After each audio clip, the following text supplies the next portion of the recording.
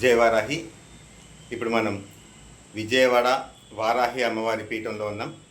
వరసిద్ధి వీరలక్ష్మీ వారాహి అమ్మవారి ప్రాంగణంలో ఈ సంవత్సరం 2026 ఆషాఢ గుప్త నవరాత్రులు, వారాహి నవరాత్రులు అంగరంగ వైభవంగా భక్తుల యొక్క సహాయ సహకారాలు, దాన ధర్మ చారిటబుల్ ట్రస్ట్ వారి సహాయ సహకారాలతోటి చాలా ఘనంగా జరుపుకున్నాం. ఊహించిన దానికన్నా చాలా ఎక్కువగా.